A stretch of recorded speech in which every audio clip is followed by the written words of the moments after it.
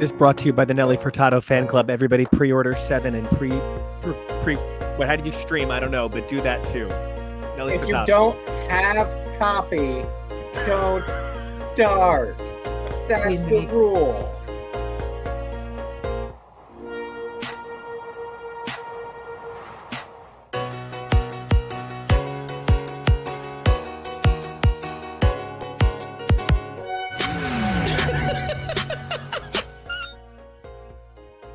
Good morning, everybody. Welcome to Brunch. We are here to talk about everybody's favorite drag shows that are currently the largest drag franchise in the world. We're going to be talking Canada versus the world, All Stars 9, and a little bit about Global All Stars. Really excited. This is X's for Show. I'm Nico. You can check me out at Nico Action. And I'm TK. You can find me at TK Elemental. I'm Tori. You can find me at SM Tori. That's Tori with an I. I'm Jonah. You can find me places at Peak Jonah. And that makes me your producer. You can find me at Kev O'Reilly. Make sure to like, subscribe, and comment so that we can know what you want us to cover in the future. But yeah, we've got a full stack today. We have too much Drag Race going on right now, almost. And it's the summer of the All-Star. Like, that's what's going on. We're not talking about how excited we are about the announcement of 17. Maybe there won't be one. Who knows? We're not talking about how excited we are about another new season, although I do think Down Under is coming soon. But even then, in a weird way, that doesn't have Rue in it. So it's kind of got like a different category now. But this is like the summer of the All-Star. And it features some unbelievable things. And I want to kick it off with talking a little bit about Global All-Stars and the announcement that 3 of my all-time favorites from their respective countries are going to be up against each other. We've got an unbelievable Pythia from Canada returning. We have Queen Kong coming to rightfully get her throne. And it was a good week for tongue popping this week, as Alyssa Edwards is bound to dance her way back into our hearts. Guys, Global All-Stars, we can't make the jokes anymore. It's actually here-ish. Yeah. A little sad about that, but it's good. It's wild that Alyssa got a full season of The GOAT out before this happened. I don't know what that's going to do. Have you guys watched any of The GOAT? We should watch a little and just tack it on to some discussion about Alyssa. Attack it. I hear it. Attack it. Got it. It is very messy, and I don't know that it is the best light we've seen Justin in ever. So I'll be interested to see if that affects anything at all, and if I would love to know if he signed up for The GOAT thinking that this would have aired and maybe he would have already been announced as the winner. I just have so many questions. But I am really excited. I think it's great to add another type of drag race. Again, like, my real thing is I want other formats entirely, not like an All-Stars versus a regular season, but really like just a pageant, just a comedy show, just a singing show. So I'm not like the most excited I could ever be, but you know, they've been hyping this one for a while, so it's good to finally get into it. Also, I hate that her name isn't Tessa Tickle. Wait, it drives me really insane. Isn't it? No, it's Tessa Testicle. Yes. Yeah. Oh, Yeah. I don't know how to say that. So let's just 3 cheers for Queen Kong, the biggest drag queen ever. I mean, largest. She could bench you. She is so great. I love her so much. Sorry, every time I see Queen Kong, I get excited. Tori, I know you don't know. I know you don't know Queen Kong yet, but I don't know almost any of these. I'm always excited for more Alyssa Edwards content. So I've been eyeing this for a while, and I do enjoy how they keep coming up with more random titles for all of these levels of All Stars versus the Worlds, Globals, etc. Jonah, how are you feeling about something we have literally jokingly tortured you with for years at this point?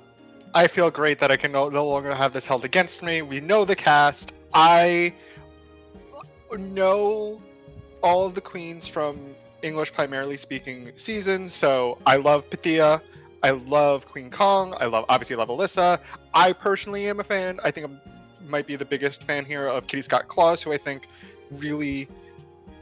she's pretty incredible, and she also just is somebody who comes across as she loves the art of drag, and when it comes to someone like that, I'm like, I love that. But I am really, from what I've been reading about and from what other people have been saying, like, this is a very stacked cast outside of Alyssa and Tessa, who I am enamored and in love with. This is stacked. They're all finalists. Everybody here outside of two people were finalists, which means the caliber is stacked. People like Eva La Queen and Soa Demuse I'm really excited for, because we've seen on UK vs. the World Season 2 La Grande Dame and Marina Summers, and how amazing they were, the caliber that these contestants, these beautiful women, were able to, compete with them and also make it to the end with them. I think speaks volume to their talent level as well, without even having fully seen their seasons yet. And I'm just very excited. That's a question from me. Did this match up with what had been the leaked list that we had been teasing Jonah with this whole time? Or were there differences? This matches, I want to say 80% of the leaked list I knew. It's pretty spot on. A few of these people, like Alyssa and Queen Kong, Kitty Scott Claus, they're a little too popular. Like, it's just things like if you're on Instagram a lot and you have a regular posting schedule and then it goes away at a certain, like, people just kind of know. Right. And there's almost, World of Wonder really has to move past the secrecy stuff they're doing. Because at this point nobody cares, and it's starting to, like, everybody dances around the weird glaring holes in people's appearances because they have NDAs, and of course it's rude to make them talk about, like, to defend it, because you can really get screwed by an NDA, and it's very awkward to be like, I'm just not going to talk about why I went completely silent for the last 3 weeks. But everybody does it, and it's very conspicuous. So it was pretty obvious that, like, who was missing in the world. And it's for that reason that I think we are getting a show called Global All-Stars. And now I kind of feel like they broke the format. It's so good because break the format. There's a couple of things that broke the internet in half. Like, half of the universe think they invented that phrase. But I always think about when the Marvel Corporation said that they were going to break the internet in half with an issue of a comic book event before comic book events were New York Times headlines. And nobody on the internet actually cared about that reveal. Like, literally, it was the most underwhelming thing that was going on at that time. And mocking the editor-in-chief who said it with that line at every turn became the hottest thing. I'm like, serious. He literally hit a point where he was like, I will not continue the interview if somebody says breaks the internet in half. And so one of the things that I think we kind of need to think about sometimes is when you overhype, this actually feels like the smartest way to kind of say, okay, Global All-Stars, the peak. This is such a great move for them getting ahead of the brand. I am so impressed that instead of winding up behind the ball on this one, we've had a few versus the worlds, but they didn't make the mistake of European All-Stars, Asian All-Stars, North American All-Stars. They didn't make the mistake of kind of doing like regional All-Stars first. And then, of course, we saw the incorporation of geniuses of their arts from the UK and Canada into All-Stars 7 and 8, right? But I really think this was a good business decision more than it was a great move for art. As someone who came in after it was already pretty well known that this was coming, I just sort of assumed that this is where we were kind of going in the first place. Like, it's a great way to introduce these international queens to the American base, to the European base, to like kind of get them all sprinkled throughout so that they can tour in a wider, bigger kind of way. So it's exciting to see. I'm always very fascinated by how they stack the schedule, though, that they seem to like to put these things like starting 2 weeks before the one before ends. Is that help? Does that work out for them, or is it just like people don't pay attention for the first 3 weeks? We are still in uncharted territory with that, because it used to be you would have Drag Race, American Drag Race, and then a solid break, like, 6 weeks, 2 months, then All Stars. And we have started to move into a place where, for Americans, the idea is let's make sure that there's a very little gap between, or no gap between, the standard season and All Stars. And we now are filling stuff up with other franchises, but it's a weird thing, and this kind of speaks to one of the other questions I have, which is like, are we ever going to see US versus the world? Because I feel like they have some focus data that says that Americans don't give a shit about the rest of the world. Well, I better say, it also sounds like you're promoting drag xenophobia here. I'm kidding. Well, no, I mean, like, that's not even a bad call to. Like, America versus the world has its own connotations, that maybe that's part of the reason why they don't want to build that product. But it's always really interesting to me, like, it. And I have more questions about this when it comes to Canada as well.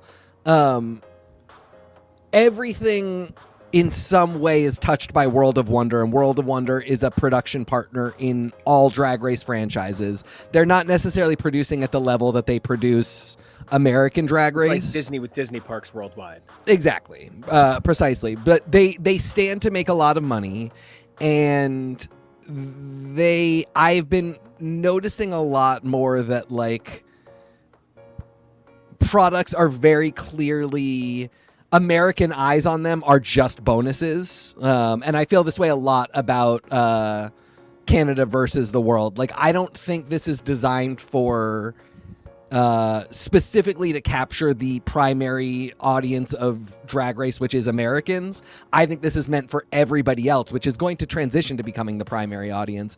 But it has very much this feel of, like, if Americans enjoy this, that'll just be a those will be bonus eyes on this. It's really like the budget for the production really is meant to ensure that the Canadian audience likes it, and that's how it will make its money. And so, to go all the way back to your question, I'm still really curious about if they are trying to ramp up to a place where American Drag Race audience are never not watching a Drag Race that they really want to see. And that even leads me to because that was like, you set me up so perfectly. Because then the thing that I want to ask then, and piggyback and direct your question back to you, and then down the line and across the board. Yeah. The thing that I find more and more is I count down the seconds to the Rusical. I count down the seconds to the original song. I count down the seconds till the talent show. I look forward to the ball. I look forward to the comedy challenge. I look forward to the roast. I kind of hate the makeover.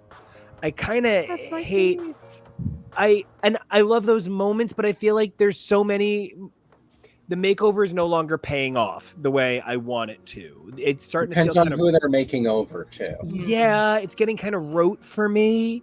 I also really don't love the product challenge. Whether it's flipping houses, perfume, doesn't matter. It doesn't do it for me. So.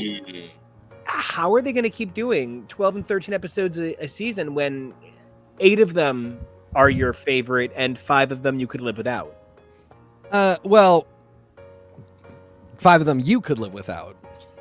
Well, that's what I mean. Now it's going yeah. to be on everywhere, so you'll always find the challenge you like.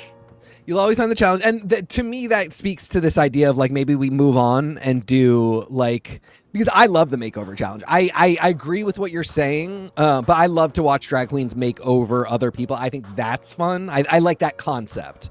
And I would pay, I mean, that's Secret Celebrity Drag Race and like to a lesser extent Drag U.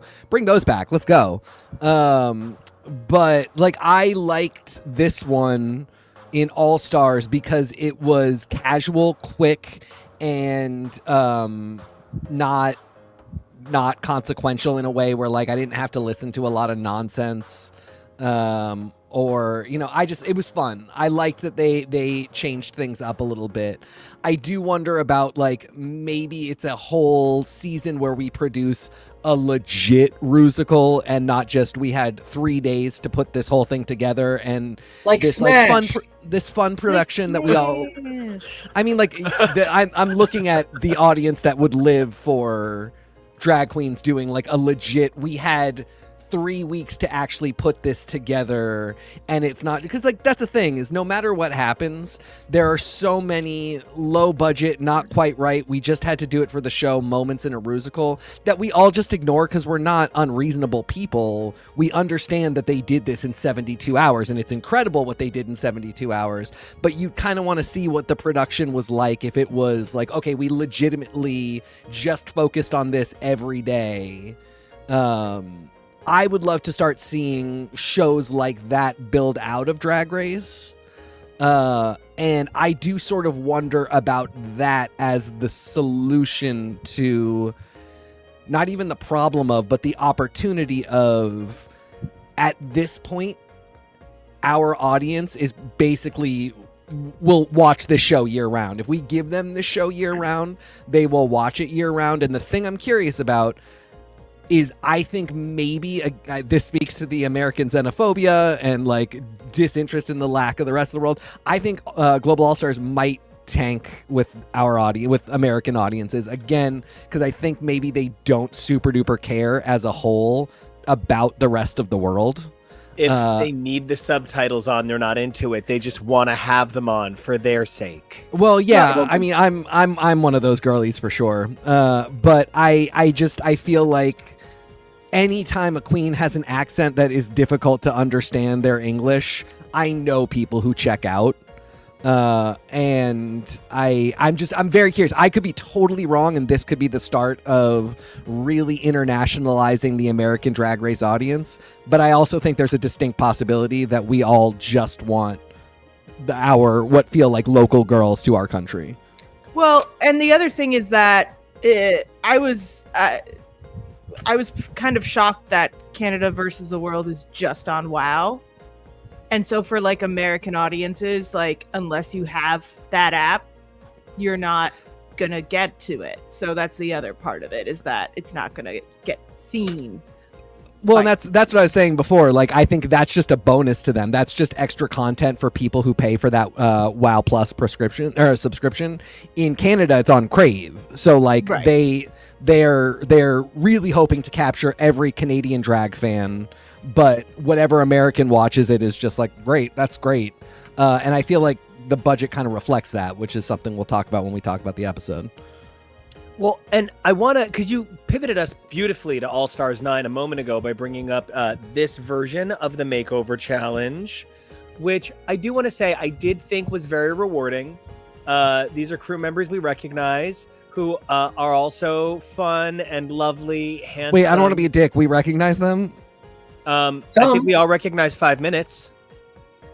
Yeah. We recognize Justin. Better say, and the woman from the end on the right, she is also someone who has been featured on Scene before. We've seen a number of these people throughout the episodes. They have either had moments or been featured, but a number of these people have been on screen before. I'm a jerk. I need to pay more attention. I love classist. Yeah, clearly I'm the problem here. Thank you for pointing that out. I want to go back and like try and see everybody. And like it's because it's cute because like it's so stupid, but like they kind of wind up feeling like people you care about as much as the queens. Yes. And so like to hear their stories. Oh, I started your season. You were the girl that I went to when my heart was broken, and like getting that added such a level of realism, of honesty. It added some of the integrity back that RuPaul's lack of body movement has kind of taken away. And I also feel like I liked these discussions, these like, oh yeah, you were my first season, so much better than talking about drag bands and having people come in and be like, I just feel like you guys are the real heroes. I love those discussions, but I also feel like they sometimes, because of production, editing, and the clearly forced nature of some of them, they are painful to watch. Whereas just being like, oh, so you've been here 2 years is actually, to me, much more rewarding and much more like queer people are just people who will talk to you about what you've been up to with your life. And the non-queer people aren't just here to be props. Like, these are people who work with us and our friends and allies. Jonah, you had a joke. Oh, yeah. Shout out to Angeria's daughter, who's never watched the show. 21 production assistant, who's just like, yeah, my sister liked it, so I figured I might as well, I wanted to kind of like join it. That like literally watched season 15 for the first season, that was it. And truly, we have to stand that. As somebody who used to work at Emerson College, who sends kids over from Boston to go do these types of jobs, it is wild how often you get people who are like completely not interested in the show, but it's a job and I do want to work in this industry, so I am showing up to work. Yeah. I always prefer the ones where they're doing crew people because I think it's just the cutest and the sweetest and the most charming. I was not happy that this was a mini challenge. I like to spend lots of time with these. I like watching the queens go, finally, another human to talk to. Let me interrogate them to within an inch of their lives. Well, but these aren't humans. These are people like them. So that's... You say that, but this season, they were actually allowed to keep their phones. So they could have been talking to people the entire time. But I agree. I appreciate that they wanted to do this big setup for this big grand finale for All Stars 9. And All Stars 9 is, I guess, dead in the water now that everyone just wants to talk about global All Stars. Like, fully overshadowed. Hopefully Canada vs. the World Season 2 gets a chance, because I don't even know if people are going to be, unfortunately, just... Canada versus the World has no chance in America. That's just, I've written that down. But I almost would have preferred if this was just the maxi challenge, because there was nothing happening this episode. Nothing really happened. This episode could have been an email. And that's fine. I also think somebody pointed out this might be the first main season Drag Race episode where the queens did not get in drag. Yeah. It's also, I think, really one of very few, if not the first, without traditional ending. Yeah. There's no elimination. It's basically never happened. There wasn't even a max. Runway lip sync. Yeah. We didn't actually see the maxi challenge at all. Rue didn't did get in happen. drag. In Down Under Season 3, Ivory, someone who was in the bottom, faints. Yes. And, God. they're like, for medical reasons, we can't make you lip sync. At the beginning of the next episode. And then Yes. it is such a weird thing that they have no idea how to cut, and you just want to be like, clearly no one had any opportunity to Tori, think about when how you to get do to Down the Under Season attack. 3, Down Under Season 3 is a wild season. Cannot wait. Because they don't care, but that makes it so much better, because they're just, they let loose in terms of... It's perfectly Down Under. It is Priscilla, Queen of the Basement. It is everything. Yep. Okay. These are all, everybody's describing it perfectly accurately. My Yeah, this was really weird. I really don't think there has ever been an episode that ends without a runway, a lip sync, an evaluation of a challenge. I hated this. The episode or This what we're Tic Tac screenshotting Lunch. right now.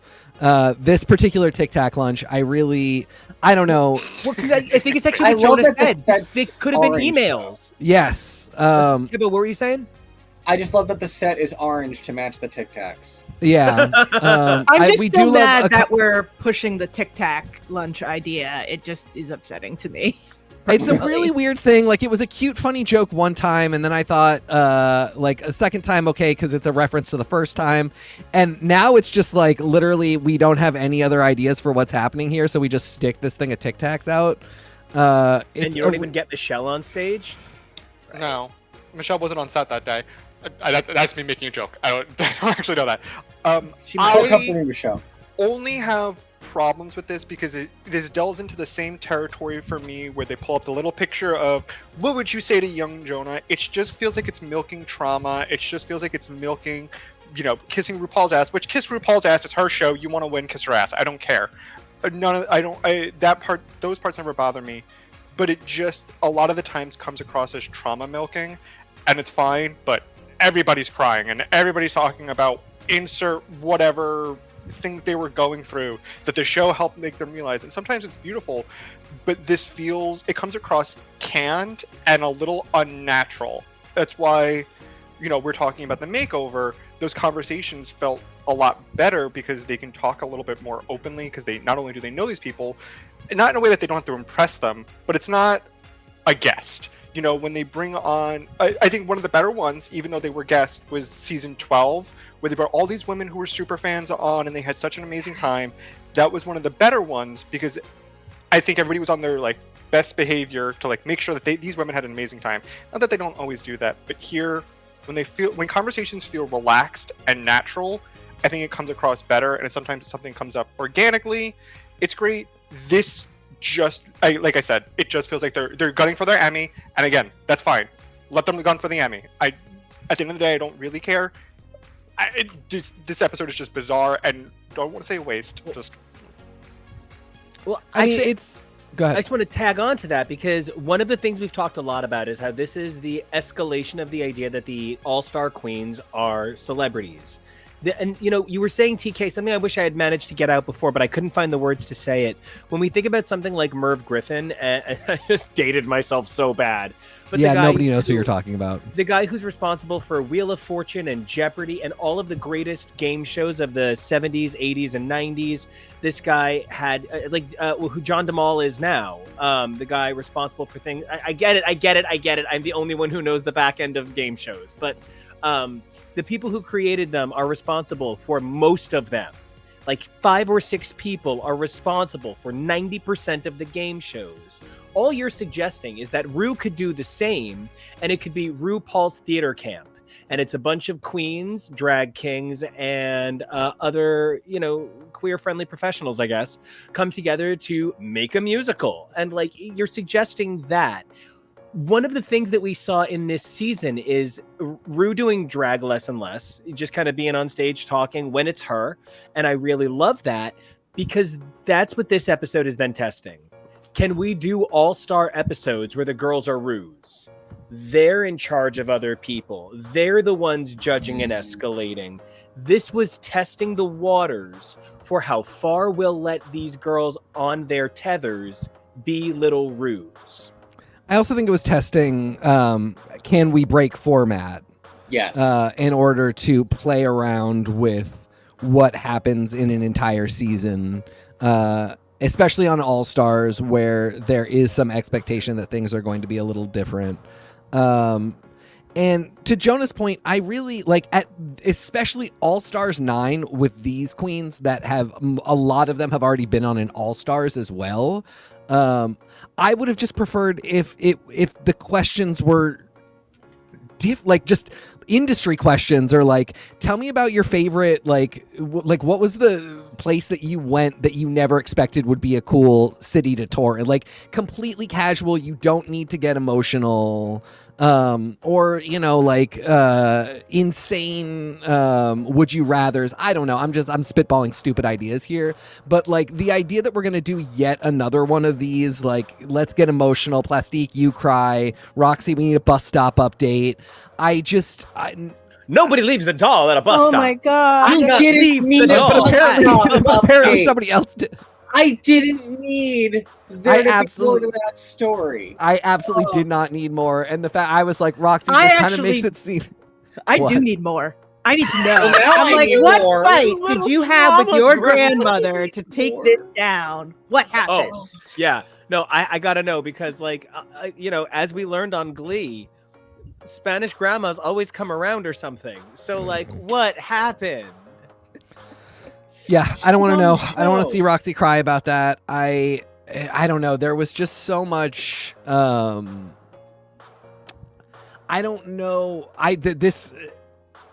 If I were a producer, I feel like I would have probably bet on the idea that none of these conversations are getting us the Emmy.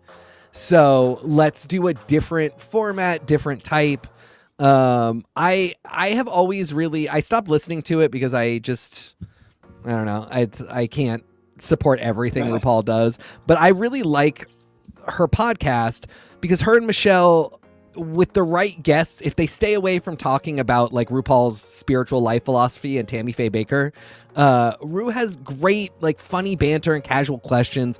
She is for somebody who has the memory of a goldfish, she is a pop culture archive of knowledge, like all the way through. I mean, she really is so good about knowing modern pop music, and I respect her so much for that.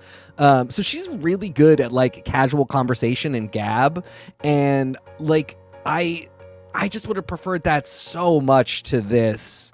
I got nothing out of this. I think these have been tainted for me ever since Blair St. Clair. I just never want them to have another emotional moment again, and it makes Ru look like a darker and darker human every time, because it does feel like no matter how much emotion she tries to pull into the conversation, it gets very Shadow Weaver. It's just not cool. Yeah. I mean, It feels like a psychological experiment more than an interview. Yeah, I have to hope and imagine that she is giving them like that kind of conversation and lead up and like love and attention before she suddenly drops the hammer of, well, tell me more about your trauma.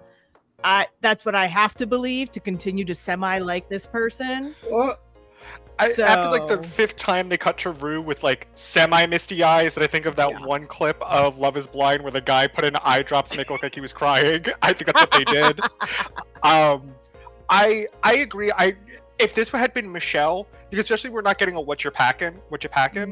I actually like watching What You Packing, because something about the way Michelle interviews people, she like, you can really tell that Michelle listens and asks engaging questions about what they like, where they came from, like how did you get to your aesthetic? How did you get to be this queen, this persona? What like led you to this? And all those questions often come across. I don't know if it's just because Ru's been in the industry for so long, and Ru is, I don't want to say out of touch, but Ru is so far removed from what these queens do at this point that does Ru really relate to these queens? She's also not a mom. She shows up ready to do business. And can I ask a third question? Oh, Kevo, you got.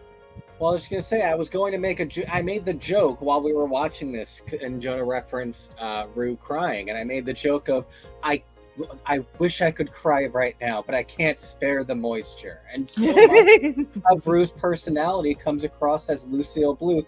How much could a wig cost? $500? Like, more. She is a little, and there's nothing wrong with that, and we love her for what she is, but then that's not necessarily the best person to carry out this task for this part of the show. And I don't mean to be questiony critical, but as a rule, people don't write their own interview questions. Like, as a rule, you sit down with your executive producers and you design how the show is going to go. You figure out the flow and the narrative. I actually think what I kind of want to ding the show on is bad production questions. This just isn't a good way to get these answers, because one of the things then is these are these concentrated little emotion bursts without art.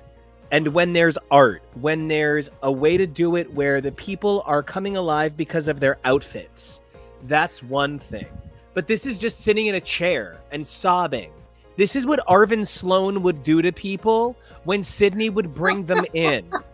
Well, and Jonah pointed to the absolute best contrast to this, which is What You Packin', because Michelle really, like, again, literally, they are there with their art. They're there with their outfits. The prompt inevitably will go to, tell me about this look that you didn't get to serve. Tell me about this look that you didn't get to serve. But then Michelle's questions are as simple as like, so you got into drag when you were 11? And then if she just lets them talk, they will probably give you some emotion. Like, they will probably get there at some point. These are people that love what they do. And if they don't, not every single person needs to do that. Inevitably, these are delusional, dramatic gay men. A critical mass of them will get emotional if you just say, tell me about the first time you saw a pair of pumps. If not 100% of them do it, it's still going to be a great season of What You Packin', and Michelle will have pulled out some really interesting stuff. But the questions are she never is like, let's get into your inner saboteur. Like, when were you raped? It just, and they won't give you nothing either way. Sometimes a funny story about the first time you saw a pair of pumps is also good and is also really something we need to be representing us. Because also sometimes your trauma is not relatable. Like, it's, I mean, we all have it, but like, the fact of the matter is some people go through stuff where it's like, that is most of us not left at a bus stop. Most of us, we may have relatable. Yeah, like, we may have bad experiences with our parents, but like, the bus stop moment is so insane because basically nobody has gone through that. And so, yeah, I get it. We all choose our own family. Like, it is great to be gay, but like, at a certain point when you keep being like, you specifically need to describe to me the time an alligator ate your sister. I don't know. I mean, I get it, but like, that's never happened to anybody else. It's sort of like trying to imagine Rue sitting there opposite Oscar the Grouch in his drag era and being like, I want you to tell me about the time your family were yanked from their garbage can. Well, it was terrible. Like, I mean, this conversation. That's literally just describing my season of Drag Race, but okay. Well, and it's also like, then how many of these girls are clocking it and then saying, okay, in my audition, I will include my trauma story because obviously they're partially looking for that. And I'm just going to open this up without possibly having to do the work to sustain being an okay mental health human through the process. They also usually you fill out enormous questionnaires if you get past the tape being liked, and usually there are both leading and non-leading questions that are there to be like, so is there anything that would make you uncomfortable for us to discuss? And then you say, the time my sister was eaten by an alligator, and they have that on record, and then your show producer comes to you and says like, hey, I know this made you uncomfortable, but like, I feel like we really want to hear about the time your sister was eaten by an alligator, so can we bring that up? That's what they do, the maxi challenge, which is an acting challenge about someone's family getting eaten by the alligator. Yeah, they're like, just to warn you, we're doing it. And then that's how they bring it up organically to be like, this brings up so much trauma because my sister was eaten by an alligator. And it's like, all right, Florida, relax. Well, and on that same kind of thread, one of the things that I'm really shocked is that none of them have done damage control in their careers here. I mean, obviously she's not going to be like, Sharon, tell me your side of the Nazi thing. But like, none of these girls have done anything truly heinous that they've had to make any real apologies for. If there is anybody who would do that for Sharon Needles, it is RuPaul, who would be like, I know you were just being irreverent. Comedy is a part of drag. You stupid! Yeah, the only reason Ru would not specifically do that is because producers were like, we can't ever have her back on the show. It's too toxic. We can't handle it. But Ru specifically is exactly the person who would be like, that insanely offensive joke you made was actually amazing because it was subversive punk drag, and you should not have gotten in trouble for that. You better work on that. She's stupid. Speaking of punk, I guess Vanjie's the new Thanos. We had Carrie Colby, who was the original Thanos. Now we have Thanos 2.0 and Vanjie, who's collecting Drag Race partners because her and Gottmik. Oh, see, I thought her Thanosing was she snaps and you get the strangest set of veneers that you've ever seen in your life. We'll get to it in a little bit, but I do love that her drag mother has the exact same hair as her. They have the exact same haircut. They went to the same stylist and the same dentist. But this is outside of season 15 with Sugar and Spice, who did their first confessional together. I thought you were going to say you were another relationship. I have to go. Well, I mean, let's get real here. The fact that Gottmik just came in and just started making out with Vanjie, and it's just like, okay, good for them, I guess. They needed to fill the episode somehow, and it gave them something to fill it with. I mean, that's always, for me, the thing about Drag Race is everybody is like, I am a horny slut, and there's just no way for it to show up on the show 9 times out of 10. And so I really respected that for once these 2 horny sluts were like, no, we are going to give it to you for the first time. And, you know, even Brooke and Vanjie back in their seasons, it was so tame and so lame. But this is what I really need. If you're going to tell me you're all horny sluts, you better bust into the confessional and make out. That's the only... Come on. You better bust in the confessional, you better bust. I think about the season 16 girls talking about how they used to rotate the DVD player. And you would know, like, where someone stopped because they didn't rewind it. So you'd be like, oh, that's where they finished. Got it. Okay, speaking of, you know where it stopped and you don't want to rewind it, I could not go back and think about the other mini challenge in this episode. I'd made a joke last week that they're just going to start going, and a badge, and charity money, and a badge, and charity money. That everybody just do these, I mean, like, everybody's playing. Wait, I liked it. Come on. Yeah, me too. No, my actual problem is, like, you should have just given them the money. It should not have been do this dumb thing. Everybody should have done the dumb thing, and then everybody should have gotten the money. But this do it to get the money, like, there's I agree. It just feels a little like making the girls jump for no reason. I do want to say, though, just on the subject of the money, I read an article about the founder of the Paulette Fund, and he had married a man who was part of a family who owned a company and was diagnosed with cancer, passed away at a young age, and he set up the Paulette Fund with his husband before his husband passed as a way to ensure that love will always find a way. And they've given out a lot of money through this foundation, and it's truly beautiful that they've chosen to do it here. And I think that's kind of like, just give them the damn money. Like, not the Paulette Fund, the show. Just kind of say it's a cute little mini challenge. Oh, and everybody gets the money. I don't know. For me, it just kind of felt like jump through the hoop. It just felt silly. I do agree with that. I would have had them do the whole challenge and then said, hey, we're giving you all money. Also, I am reasonably certain in this episode I confirmed something that I've been very worried about this whole time, which they think this is the Paulette Fund for a girl named Paulette. Somebody said something. Somebody said, come on, Paulette. And I'm almost 100% certain nobody has told them that it's the Paulette Fund and not the Paulette Fund. And I'm just very curious because nobody knew who Ronan Farrow was. And I just feel like sometimes they don't inform them about what's going on. And I feel like Paulette might be in the mix when it comes to that. You know, season 17, she's going to be on next season. I agree. I think it was a little silly, but it was also, I think, just in good fun. That I don't mind as much. Again, they were just filling time this episode because they didn't want to show us the main challenge. The reason why I keep harping on it in that way is that because All-Star 7 had a challenge every single episode and literally up into the finale. They were working those girls hard. And not that the way this is edited and filmed, it can't be the same shooting block, but it is just a little... It's just a little jarring that they've never done this before, and if this is how they're going forward, that's fine. Just a little... It reminds me way back when seasons... I want to say it's season, 3 to 6. They used to have an episode right before the finale that was a recap. Oh, and they used to have queens from past seasons talk about, different moments that they liked. They used to have, acronyms or abbreviations for the top. I will never forget the season 6 was perfect. The ABCs of Drag, Adore Bianca Courtney. It was literally perfect.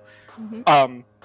And they stopped doing those for a reason because they probably no one's watching this. Not that people shouldn't be watching this.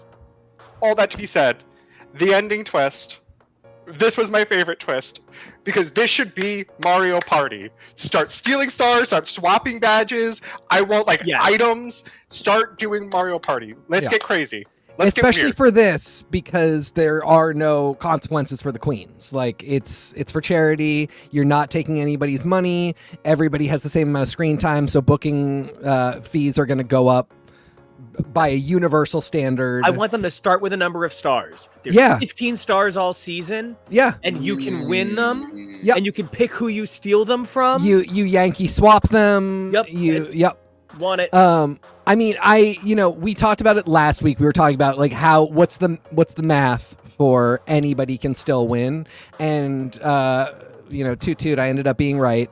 It's just that they were giving multiple people 3 stars, which not a surprise. It's what they did last time we did a badge all stars. That's always going to be a thing. This being the twist, and I loved that it was you can't vote for yourself. But it did really get us into the territory of, okay, yeah, now it's Mario Party. Exactly. Now we're doing silly math. Like, now everybody trying to have ideas like you vote for the person that's at the same level. You snip the person that's at the same level as you so that they can't get ahead of you. That starts to even like somersault over itself. I think I would do this from minute 1 because everybody running around trying to figure out how to strategize in chaos would have been funnier and more interesting.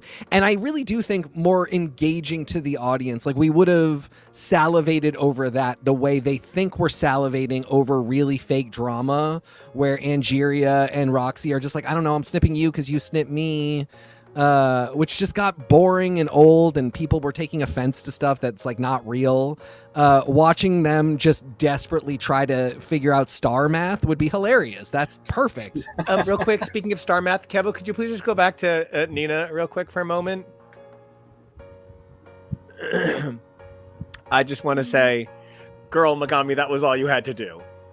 That was, Megami, that was all you had to do. Tori, Mama, that was all you had to do. Put it on a t-shirt and do hand puppets.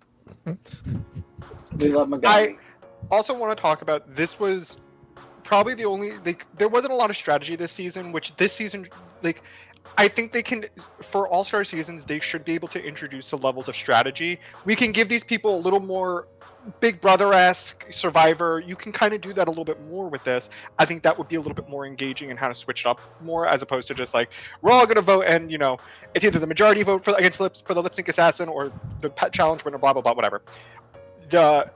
Initially, I was like, Nina, what are you doing giving it to Roxy? And then I was like, wait, Nina has the smartest idea out of all. Out of everybody there, the only person who has a guaranteed chance, and not a guaranteed slot, because nobody has a guaranteed slot, because everybody could win 3, whatever, chance is Roxy. No matter what, even if somebody else wins, if the 2 people with 3 badges, if 2 people with 2 badges win the 3 stars, they have 5 and they're tied with Roxy. And whoever wins the double will be ahead of Roxy, because outside of the people with 2, everybody else would just double past her. Roxy's the only person who has a guaranteed chance. And if you can't help yourself, whoever's in first, push them further. Push them further, because that gives you a better opportunity. And I think Nina was the only person who thought about it strategically, and it was refreshing to be like, oh, okay, she's the person thinking about this like it's the actual game. What's her name? Georgia's had the similar idea in the wrongest way.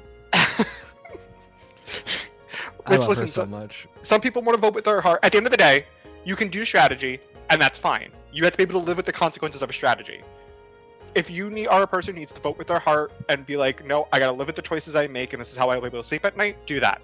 Do whatever you need to do. Either or is good. I don't think anybody should feel bad about, I didn't think about this strategically, I voted with my heart, versus I was thinking about this strategically, I hope there's no hard feelings. I think both should be valid options, but I like winning strategy. And it's always gonna be easier to not vote strategically. Again, no money on the line for you personally, no going home, you're gonna get to show all your outfits. So they do have some wiggle room here. This was such a weird episode. It was so odd that we didn't go out with all the girls on the runway in drag with the "Don't forget to vote" sign. Happens so rarely. But I really did start having a different kind of fun from here on out, from when they started deliberating here and thinking about what the next episode would look like, laughing along with the strategy. I like that we had a 2-parter. I might have sold them together. I might have packaged them together, just to get it out of the way. But I did have a lot of fun with the ideas that came up here. I'm just always in that space with Drag Race now where I'm like, okay, you just gave me something cool and new, and now I want it, and I want you to be thinking like this, and I'm so worried that I'm going to get to the next season, and that's just going to have been like a fever dream, or like the idea of one producer that everybody didn't like after that. And so anyway, I had a lot of fun with this ending. This was like, I was like not super enthusiastic going into this episode. I wasn't super enthusiastic when they started talking about 3 badges. And then by the end, I was like, yeah, like I have a different kind of steam for this season and this episode of Drag Race at the end, which was really fun. I mean, as someone who doesn't like competition reality shows, I wasn't that bothered by this. I was happy for the mini makeover challenge. I was very happy that the Untucked was just like all of the crew makeovers, talking to T.S. Madison, having a grand old time. I thought that was a fantastic episode. I'm excited to see where this goes, but I will say that I thought I was a little confused by how little we saw of the queens in drag. I missed that a little. I would have liked to see maybe if this was the mini makeover challenge that you did have to go for 2 people and you do get a little bit longer.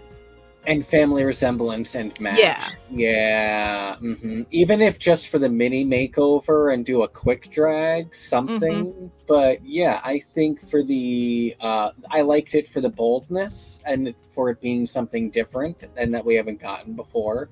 But it is missed. It is a crucial element of the show.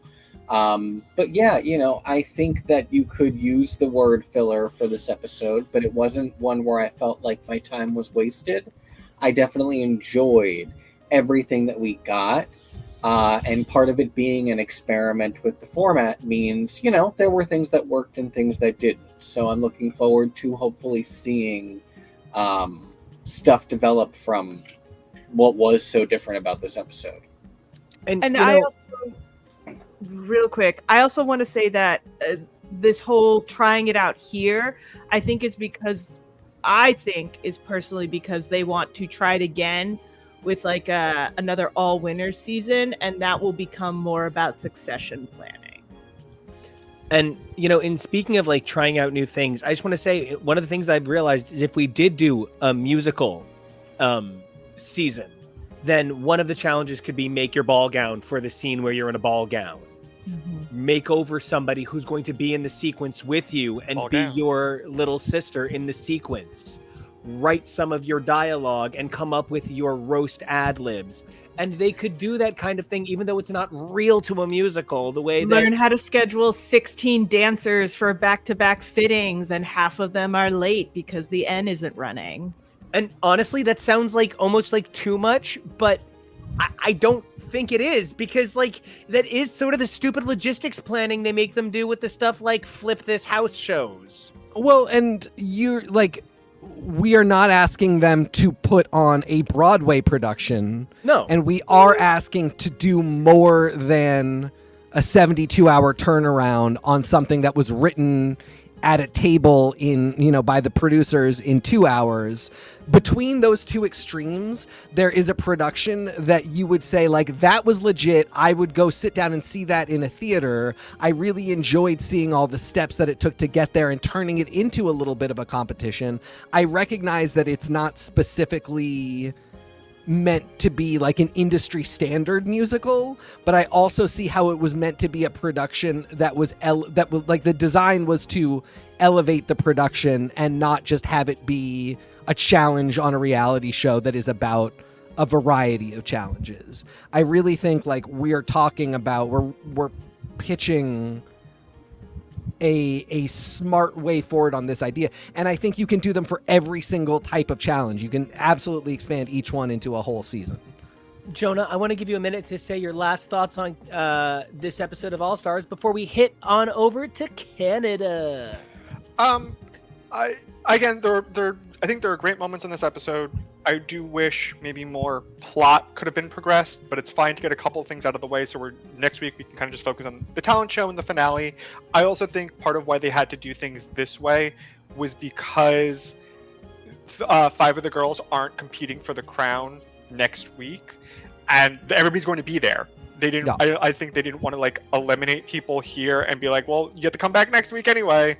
Like, I think they want everybody. They're showing like anybody can be here. It's anybody's game still, which is true.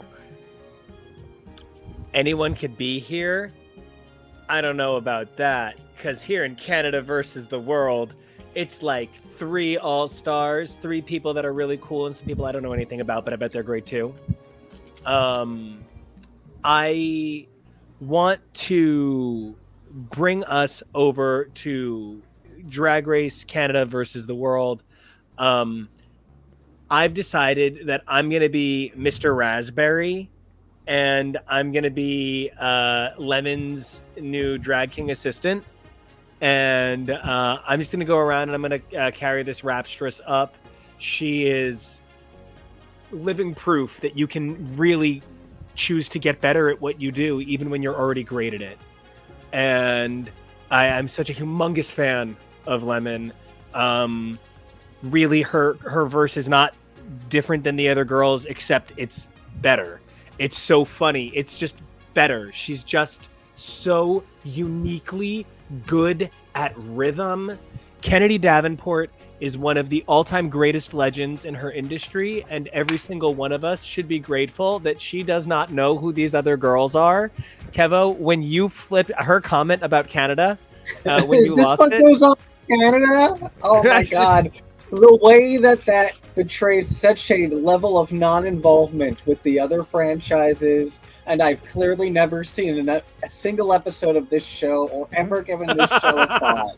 That I am so flabbergasted by. She was what inspired by BB in that Girl, they're gonna workroom moment. BB your ass to death. BB.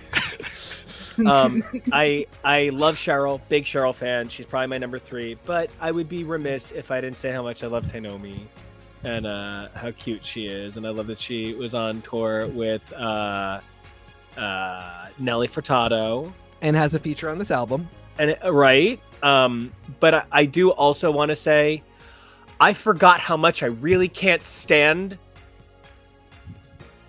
fucking Fiercelicious. I forgot how much. Do you know, I opened the episode, she was introduced, and I texted Joni immediately saying, so you like her, huh?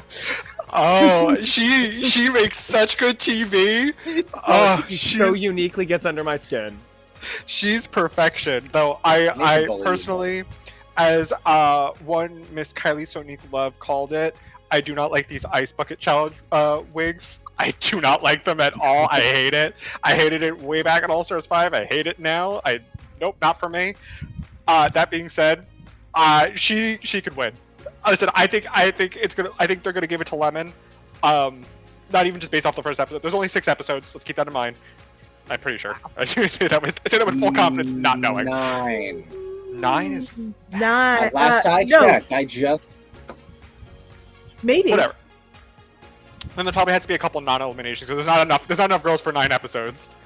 All that being said, what I love about Canada and versus this season maybe in particular is that nobody here is under the illusion this is going to make or break their career.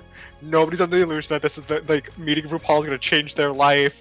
Nobody's under the illusion that like they have the most money for the budget. Like this is a very crunchy set. And it just makes me so much happier because they're like, no, we're still going to give it to you. This episode truly was beautiful. Just like everything. You compare All Stars 9 episode 11 to this, and so much more has happened in this one episode that has happened in a lot of All Stars 9, which is hysterical. I am so enamored here. I love that they're bringing back the Golden Beaver and it's actually golden. Tori, this was introduced in Canada 4 and they called the Golden Beaver and nobody on the art team made it gold. It was bizarre. I'm so happy with this cast. I'm so happy that they're just fighting with one another already. Which brings me to I really want to champion Eureka O'Hara for the work she's doing for trans equality by reminding us that trans people can be garbage too. We're all terrible humans. It's, you know, we don't put our trans brothers and sisters on a pedestal. They're just like us. Sometimes they can't all be Gottmik. they are horrible people. And Eureka, you are the soul-sucking worst. And I kind of mean that in a great way. Just there's nothing more iconic than monologuing about yourself in a monologue about how you don't monologue about yourself anymore. And no, I hope these other two people lip sync because I don't want to. For one thing, that I was gonna get to that too. I just don't want to. It's a great reason to hope that somebody else lip syncs. I think that's fantastic. But then that the whole other part of it was like, I think I've finally grown past talking about myself too much in a monologue where she's talking about herself too much in front of Alexis Mateo, who is completely ready to not be okay with that. And this way America don't like you. It's like Sarah Brightman. If you don't want to be treated like you're in a preschool production of Guys and Dolls, don't sign up for a preschool production of Guys and Dolls. Eureka, you are on Canada versus the World Season 2, my dear. You need to be okay with the fact that nobody is getting you Starbucks. Here is a cup and some Splenda. Find the hot water. She really is a diva. She's not on my list to win. There's something about her I really do enjoy. Like, she is so over the top. She looks so good this season in her confessionals. She looks fantastic. She is a great drag queen. She comes off horrible as a person competing on Drag Race. Not even as a drag queen competing on Drag Race, because she did great when she competes, but as a person she always comes off a little bit terrible, and I think that's very funny, because also I think Alexis often comes off as pretty terrible as a human being. Like, again, phenomenal drag queen, great contestant, very funny, but the mix of being self-involved yet very self-aware, and also very aware of the world around her. She's just ready to talk a lot of shit, sometimes with absolutely no reason or prompt, and it's just not a good idea to do it in that moment, but she will. It was sabotage. Which I think is inevitably her and Fierce Alicious are going to have to come to a head at some point. I know they really put together some Tainomi Banks and Fierce Alicious drama, which that felt very like, of course. But I do feel like Alexis Mateo and Fierce Alicious at some point will both just want to be the most angry person in the room at something, and they will have to fight each other for that honor and privilege. Tori, there was one episode where Miss Fierce Alicious was in the wrong. And there was an episode There's one episode? There's one specific episode, and normally the editors don't take sides, but they kept in. She was clearly upset over. People were upset that she was safe over something, and you see her pouting the entire time, and she just kind of like half dances at the end of the episode, and it's the funniest thing in the entire world because they zoom in every single time. She's clearly has a sour pouty face, and it's so fucking funny. Oh, she kept talking about sabotage her entire season. I don't know who was sabotaging her. Everything was sabotage. This was incredible. Oh, I need to talk because this clip came back up to me. Alexis Mateo is an ex-Disney cast member. She used to be Aladdin. I think I saw that. You mean she was friends with Aladdin? Yeah. Let me rephrase that. She was friends with Aladdin, and she talked about how being friends with Aladdin kind of just prepared her for drag, being of makeup, hair, being in front of people, doing everything that comes with being a Disney cast member and being friends with these face characters. It prepares you a lot for probably a lot of what you're doing in drag. I just wanted to, fun fact, get that out of the way. And fun fact, I wasn't really being like, get it right on air. I was just being silly. But you were a Disney cast member. That's how we talk about our friends and family down at the parks. When you want to go maintain the magic. Epcot, every paycheck comes on Thursday. I will say, attention. My biggest glow up in terms of their drag aesthetic and how they translated their drag persona was LaFille.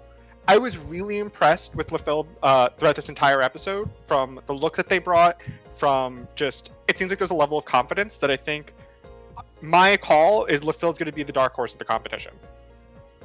That is my call for this. I was really happy and impressed.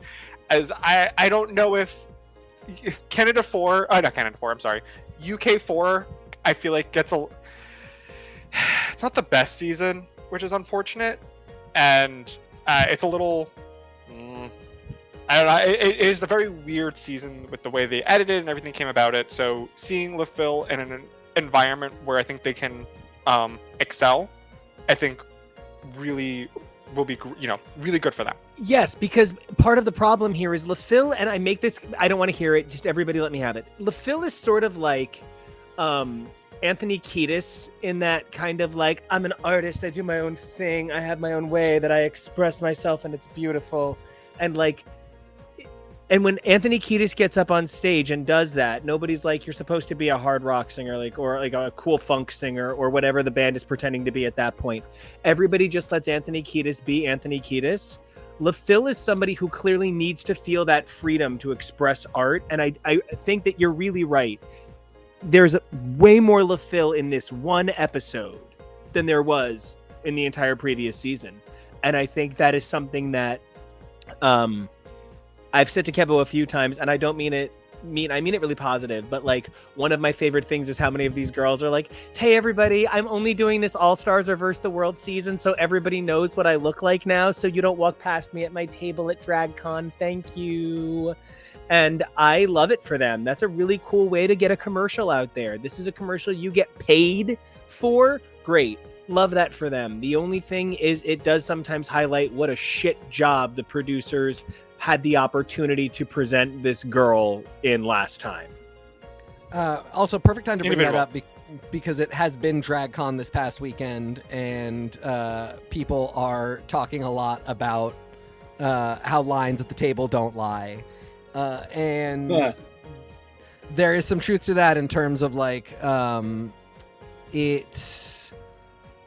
Any notable discussion on either side of it? Some really good for them, or some Well, it was the comment was said by Mistress Isabel Brooks, and then later there was Bring Back My Girls with the season 16 girls, and Jane came for Q and said exactly that because I think Jane's line has been doing quite well and Q's maybe has not. But it's, it's tough when you are the season 16 girls because there is some like just it's a popularity contest. But when you look at a cast like this, some of it is also like I don't have the room in my brain to remember everybody that I love. And then be at a con like at comic cons where I know everything about comics and then I know everything about everybody who is there. I don't have it in my head to remember who I want to go see, what panels I want to get to, what I want to get signed, and then also to make it happen with scheduling conflicts and everything. So it is there is a really real aspect to it where you might actually really love a queen but not get there. But things like Versus the World and All Stars, they really do give queens a chance to remind everybody they're here, how they've changed, what you might have forgotten. It's odd. Maybe it really was just chance, but the fact that it was Lemon, Kennedy, and Cheryl in a team together, and the show was basically like, here is your top 3. Like they really did set up, this is the top 3 as of today. And yeah, now like LaPhil will be a dark horse. If LaPhil shows up and like dethrones Cheryl, who I think is the most likely one to come down from being at the top. I love Cheryl so much, but her brand is literally being mediocre. Now that I look at it, Tongue Pop is an anagram of top 3. Woo! Messaging. It really did feel like they set up. Here's your top. We could use this picture could be used for anything. Yeah, we'll want to keep this around quite a bit. There's also I forgot to pull it for you, Kevo. There's a moment where Brad somebody says something and it just cuts to Brad and he's like, stunning, and he just seems so incredibly miserable, and I really want to make sure we cut it for an intro. I hate Brad more than almost anybody on the planet. It was actually in that one moment that he just thought of Rachel Zoe. Exactly. Mm. So they Born really to be set up a Brad. thing where like you had a top 3 that feels like it might be the top 3 of the season, and now anybody who does well is kind of coming for these three's game. I think we're really excited to see Lemon excel because her success as a queen and as a musician outside of Drag Race really has not reflected how poorly she essentially has done in Drag Race. And similarly, Kennedy is just one of those queens who, like, I think worked her way into everybody's hearts and is just kind of it's kind of the same as Alyssa, where it's like, it's insane that she hasn't won, but she also hasn't had that many opportunities, and there's so many great people. Anyway, I'm so excited to see all three of them. I will say Lemon's verse, absolutely the best. The two of them deserve so much credit for giving comparably good verses, not quite at Lemon's level, but like the song as a whole worked, and neither of them was a disaster. That wig though, Lemon, with that outfit, I think you should have gotten some discussion, because that look was It looks like Corel Butterfly Gold in the Dark Negative universe. It is an absolute nightmare, on par with gay rights being delayed. It's similar to the terrible thing that Brooklyn Heights was wearing out on. oh my god. In her little man outfit. I actually just want I to don't say wanna one, talk about it. for mentioning the songs, my kind of last point on this, then I would love everybody to sound off. I genuinely really preferred 3 versions of essentially the same song to one song 3 times, or 3 completely different songs where it was obvious who was going to win. Yes, Tongue Pop was the best by far of the 3 in general, but that's my taste. That's not going to be everybody's experience. And I just thought this was. I did also think the wrong team was on the bottom. You thought this beat should have been in the bottom? Really? Yeah, I honestly, I just thought, I don't want any of those girls to necessarily go home first, but I felt that the choreography kind of felt flat the whole time. It never really felt like it came alive on stage for me. I felt like I was watching 3 people who were told learn these dance moves and were forced to dance on stage together. Everybody did fine, but they really did not seem like they enjoyed doing that number. Which one? That's how I kind of felt about Bopulence, which was really weird that they were told what the criteria of the song was talking about the opulence of drag, and none of them did that, which was bizarre. I think Actually, Eureka kind of close to it. She was like, "You'll wear this, and I'll wear this. Mine's classic and big. Yours is new." Like, she described different kinds of opulent drag, weirdly. kind of, but like we've never really seen somebody disregard the challenge for like what they were supposed to do. Outside of maybe Jan on All Star 6, where like, I'm a show up queen. What do you stand up for? And Jan is talking about herself, which is fine. It was very funny. It's just bizarre that we had 3 people essentially disregard what they were supposed to do for a challenge, and I think that was played in part of it. I hear your critique of this beat. That's kind of how I felt about this group, where this group, you can kind of tell. I don't know if La Kahena has the most performance experience in terms of like big.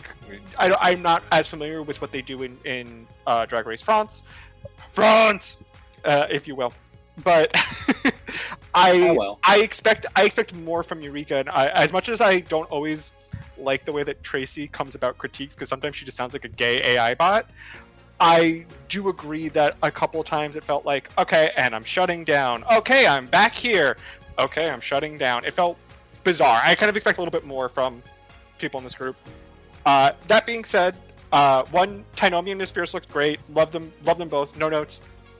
Everyone, I enjoy how much drama this episode brought, and I am, as much as I didn't know her, I really do wish, in a way, Lemon did save La Kahena, just so we got to see a little bit more of her. I wish she got on UK vs. the World. That happened with somebody else where they may have been a first out. I want to phrase this this way so we don't spoil too much for Tori. There may have been a first out who could have been up for elimination the first episode, and we got to see a lot more of them because they were decided to be kept. And I wish we just got to see a little bit more about her. I feel bad, but I do hope that she takes the idea of being a double pork chop and runs with it. Girl, that's your brand now. Go for it. Merch, song, icon. everything about it. Just run with it. That's your brand. Make the most out of it. Tori, how did you feel? Because this was your first Verse the World period, right? Did I do UK? I think I did UK versus the world. Yes, you did. And Season I actually one. wonder if, and I hate to say it this way, but I genuinely wonder if they thought that this would tie in with the Olympics, having a Verse the World at the same time as the Olympics. I Plus really global. have to I really wonder if that was why they held all of this for where they did. How does it feel stepping into this idea of comparing the cultures when you feel maybe a little bit at a loss for not knowing the girls? I don't necessarily know that I got so much comparison of cultures, because it is the UK, Canada, America, and one queen from France. So for me, I was like, it's all kind of the same Eurocentric post-colonialism world that we're living in. So I enjoyed getting to know the couple that I haven't met before. I liked the workroom, looked really cool, that it was like they had their own little apartments. Yeah. And I am kind of also waiting for the moment where someone realizes that not only are the Americans Brooke's sisters, but Eureka is specifically a finale contestant with Brooke, same season. I wonder if the problem there would be Eureka was revealing. season 10, Brooklyn was season 11. Am I not? But even to that Okay, point, it I is. think they can't really, because you haven't watched a lot of Canada yet, right? No, just the They- first one. They actually go really, really out of their way to, hey, Robbie in the chat. They go really out of their way to build up in that first season, like Brooke being like, and I've stood where you are. I've danced in your heels. Mhm. And then after that, never again. It is none of this. I've been where you are. It's because we're the judges. And it is. And also that- specifically, they talk about Brooke like she's the RuPaul of Canada, which she is not. Yeah, I mean that Tori. This was a very awkward thing for me this entire ep. But like, there were times where I was like, "How dare you talk to Kennedy Davenport like that? She's your mom." She is a mom now, apparently. Oh, well, actually, no. Tragically, she had to do a press release to reveal that her partner did lose the baby. And she is so grateful for the love and outpouring for her beautiful family. And thank you all so much, Kennedy. We love you so much here. And we want just the best for you and your family. And, you know, the fact that you are literally trying to be a parent and you are an older queen from an older season that also did All Stars, that we all know as this incredible performer and like seasoned drag race queen, like icon that gives us moments. It is sometimes really hard to reconcile that Brooke, while gorgeous and while even, she did have some memorable moments. She had the lip sync with Evie Oddly. She had the "Can't we all just bottle up our emotions like normal people?" It's not that she couldn't be considered an iconic drag race queen. It is that, like, we look at Kennedy like she's a vet. She's one of the classics. And it's just weird having Brooke judge her in a way that doesn't in some way acknowledge, like, hey, I'm here to like facilitate contest standards and not to say I know better than you. And there are just a lot of times where it comes off like I am RuPaul's contemporary, Brooklyn Heights, who's had approximately the same career she's had. Therefore, I am ready to judge you and tell you how you can get to my level. And it's just like, I feel like a bunch of these girls are actually beyond your level. So anyway, it's weird. It's awkward. I might have put some thought into addressing that. Weirdly never felt like a problem with Pangina Heels. Pangina kind of had the opposite problem where she came and competed, and it was like, wait, but you are like kind of the queen for a lot of you are the RuPaul of Asian drag, so it's weird that you're competing. It's why I would have gone out of my way to put Alexis versus Eureka. Get rid of them both. They both have too much experience. Nope. You do not leave that many people with that many seasons under their belt in the room.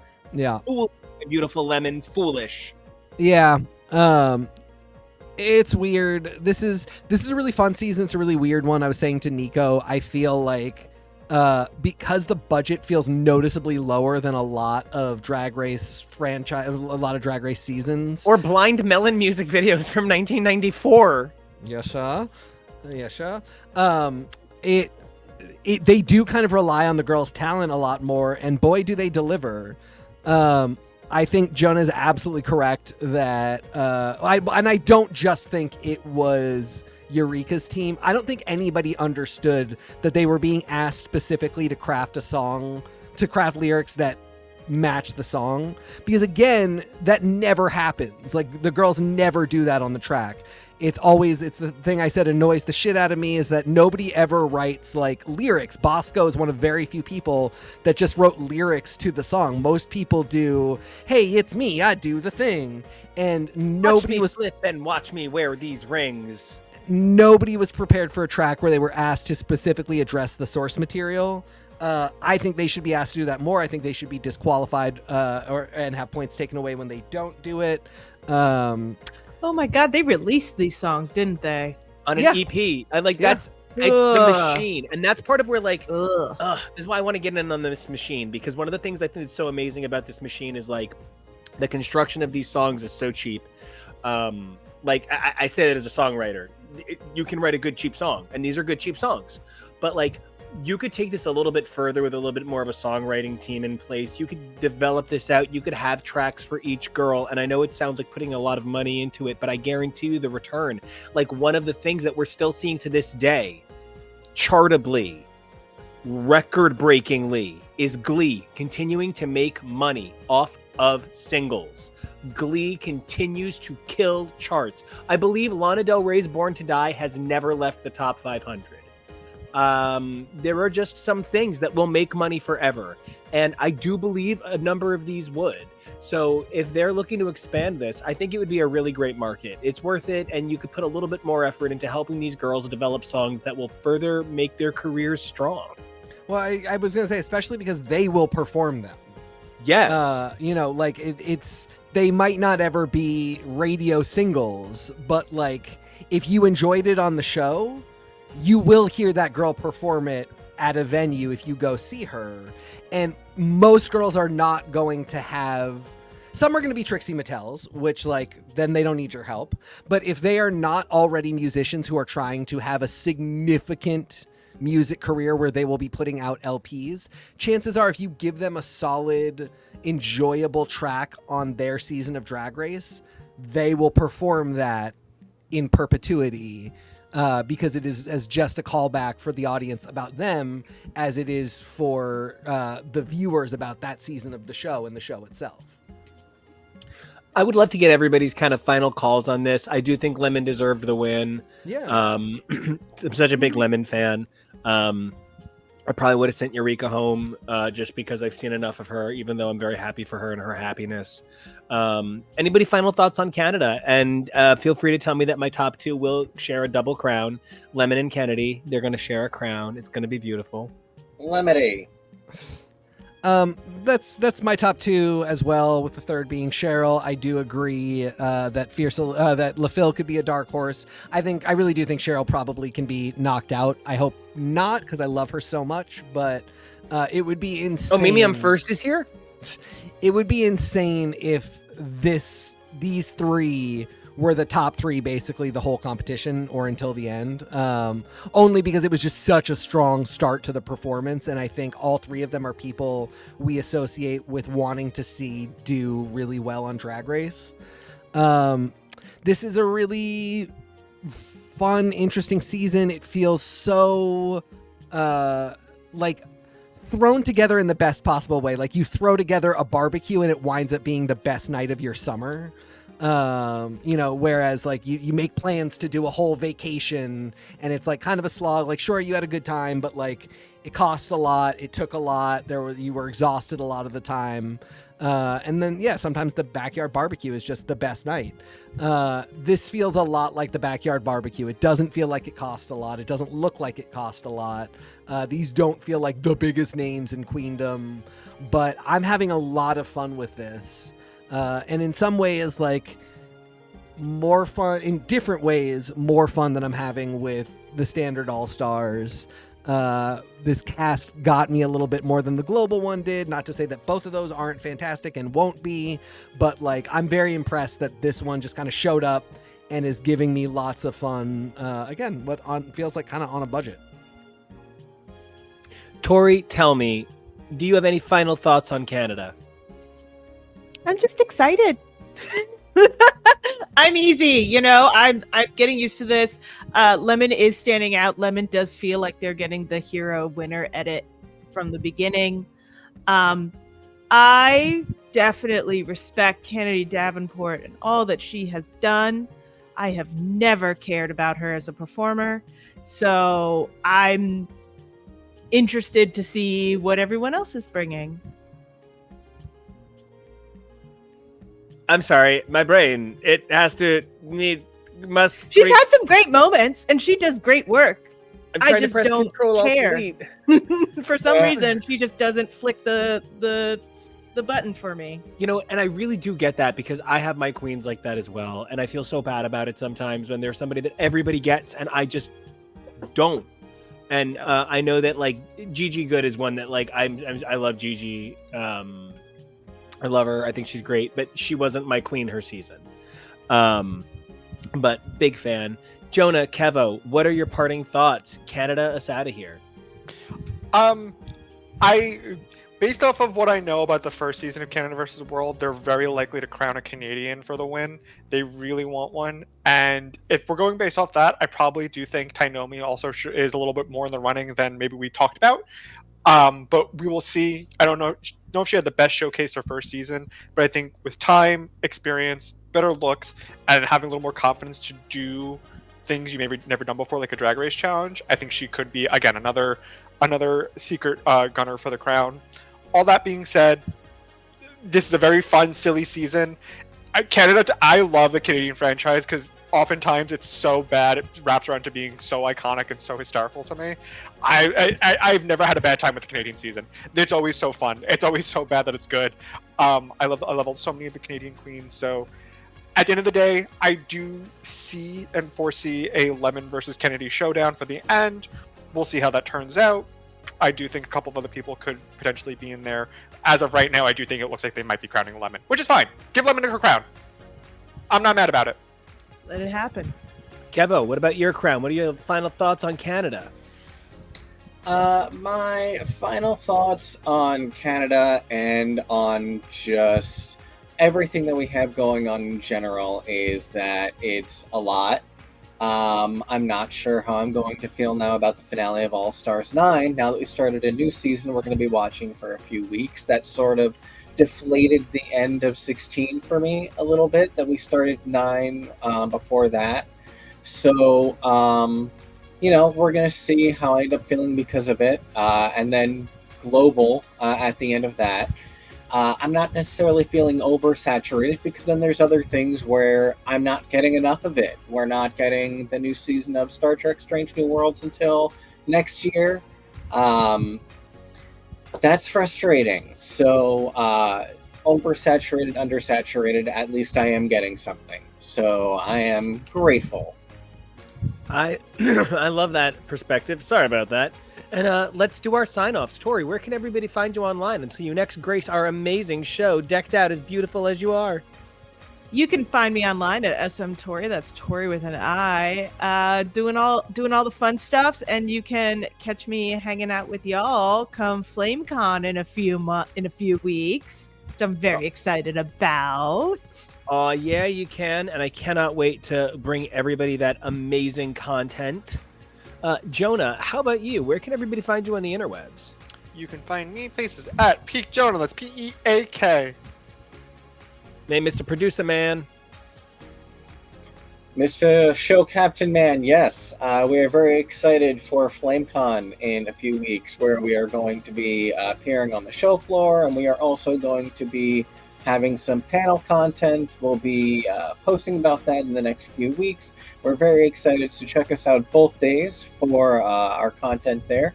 And in the meantime, you can check me out on the socials at Kev O'Reilly. That's KEVOREALLY. Teak, where can the folks find you, sir? You can't. I'm in hiding. I Oh no, love you that just find for me you. at TK Elemental. I'm just there on Instagram and Twitter. I don't use any of the other ones. I keep trying to. Somebody tell me what the cool new social network is. Find me on Twitter and then tell Yeah. me where to go. It seems to be Threads, but I don't Nope. like it. Nope. I know, Don't same, like it. same on both of you is the problem. Yeah. But, so yeah, what do we do? Tumblr, Well, come on back. Until then, you guys can check us out at X's for Show here on YouTube, and our partner podcast, all full of comics, at X's for Podcast. Don't forget, you can check out some back episodes of our awesome pre-X's for Show work at Husbands Talking More or Less. All of these amazing links available in the video below. I'm Nico Action at NICOACTION. If you want to check out more of the awesome music that you've heard in the background, you can check out my music loops at Nico Action Music. That's NICOACTION MUSIC. And 3 things you guys can do for us. That's like, comment, subscribe. Big fans of you. We love you, whether it's on Twitter, YouTube, wherever. Just come find us. No, not in person. But then 3 things you guys could do for yourselves that are really important to us. And we've kind of made it 3+-ish. Number 1, please stay safe. It's a crazy world. Number 2, please be brave and kind, because it's important to stay strong in that craziness. And number 3, evolve daily, because who you were yesterday, amazing. Who you are today, we love it. But who you are tomorrow, that's the dream, and we can't wait to see it. So until then, drag all over the world, and then we'll see you.